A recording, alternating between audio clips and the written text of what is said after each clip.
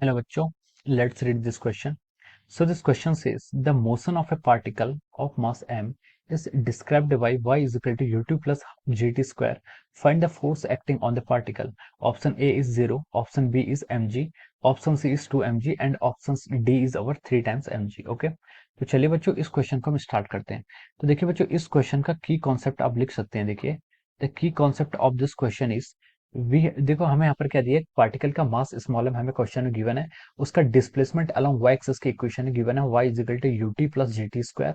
Find the force acting on the particle. हमें यहाँ पर क्या बताना है, पार्टिकल पर कितना फोर्स एक्ट हो रहा है हमें यहाँ पर ये कैलकुलेट करना है। ठीक है, तो देखिए हम इस क्वेश्चन को कैसे करेंगे। देखिए हमें यहाँ पर क्या गिवन है, हमें यहाँ पर क्वेश्चन में गिवन क्या कर रखी है, इक्वेशन गिवन कर रखी है और हमें यहाँ पर क्या निकालना है, फोर्स को कैलकुलेट करना है। ठीक है, तो देखिए हमें पता है कि फोर्स को क्या लिखते हैं हम, यहाँ पर हमें फोर्स कैलकुलेट करना है।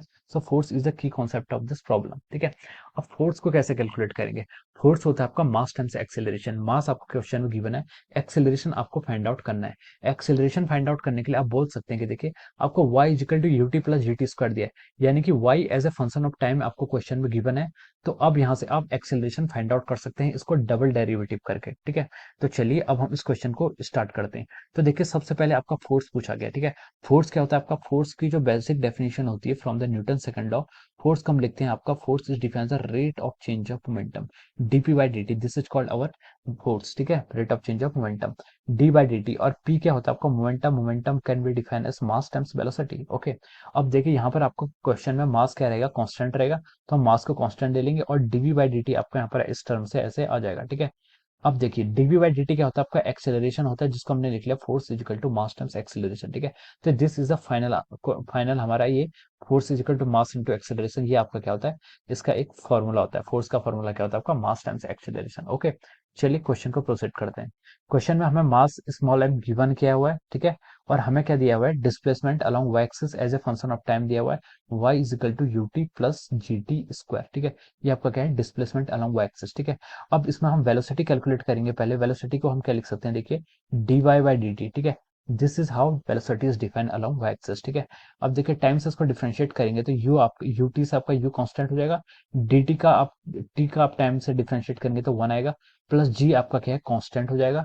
ठीक है, टी स्क्वायर का डिफरेंशिएशन करेंगे तो ये कितना आ जाएगा आपका, टाइम के रिस्पेक्ट में 2t। ओके, तो यहाँ पर क्या आ गया आपका u plus 2gt। This is coming out to be the velocity along y direction. ठीक है, अब देखिए अगर हम यहाँ पर एक्सेलरेशन y डायरेक्शन के अलोंग निकालेंगे तो आपका आ जाएगा D Y divide by D T. ठीक है, time rate of time change of velocity. ठीक है, वेलोसिटी का टाइम के साथ क्या चेंज होता है वो हमें कैलकुलेट करना है। ठीक है, अब देखिए अब हम इसको टाइम के साथ दोबारा इस फंक्शन को क्या करेंगे, डिफरेंशिएट करेंगे। ठीक है, यू के आपका कांस्टेंट हो जाएगा, उस वहां से इसका डिफरेंशिएशन 0 हो जाएगा, 2g आपका कांस्टेंट है और टाइम के रिस्पेक्ट में डिफरेंशिएट करेंगे तो 1 आ जाएगा। तो आपका एक्सेलरेशन अलोंग वाई एक्सिस कितना आ गया, यहाँ पर 2g आ गया।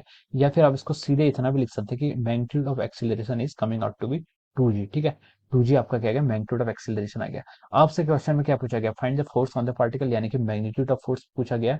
तो फोर्स को क्या लिख सकते हैं, मास टाइम्स एक्सेलरेशन। मास आपका m है, एक्सेलरेशन का मैग्नीट्यूड आपका कितना है, 2g टाइम्स हो जाएगा।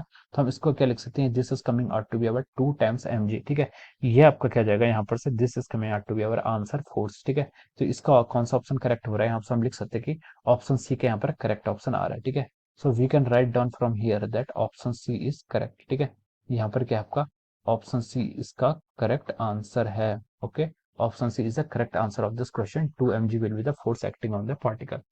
So I hope you all understood this concept. All the best and thank you so much.